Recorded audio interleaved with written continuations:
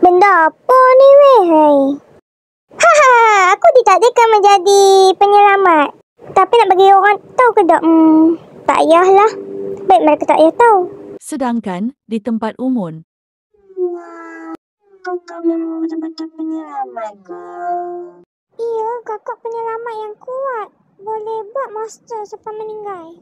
Saya fans dengan kakak. Maksud kakak monster yang kat belakang tu ke? Senangnya pun aku nak lawan. Aku berjentik pun dah mati dah kuasa.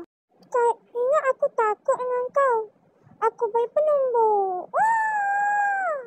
Hahaha, dia aku tak ada nak bagi penumbuk. Menyerik pun dia takut. Kenapalah si Dina tu yang jadi? Dah nak buat macam mana? Takdir weh.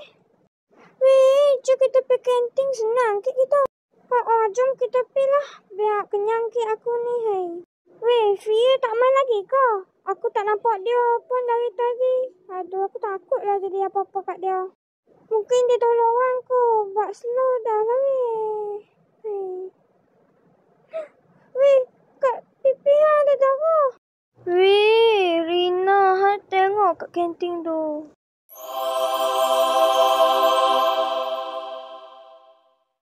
Takkan yang tu pun hampa nak takut? Aduh. Weh, satgi hang buat bayi jahat tak? Sebab aku dapat, tak boleh beritahu lah rahsia.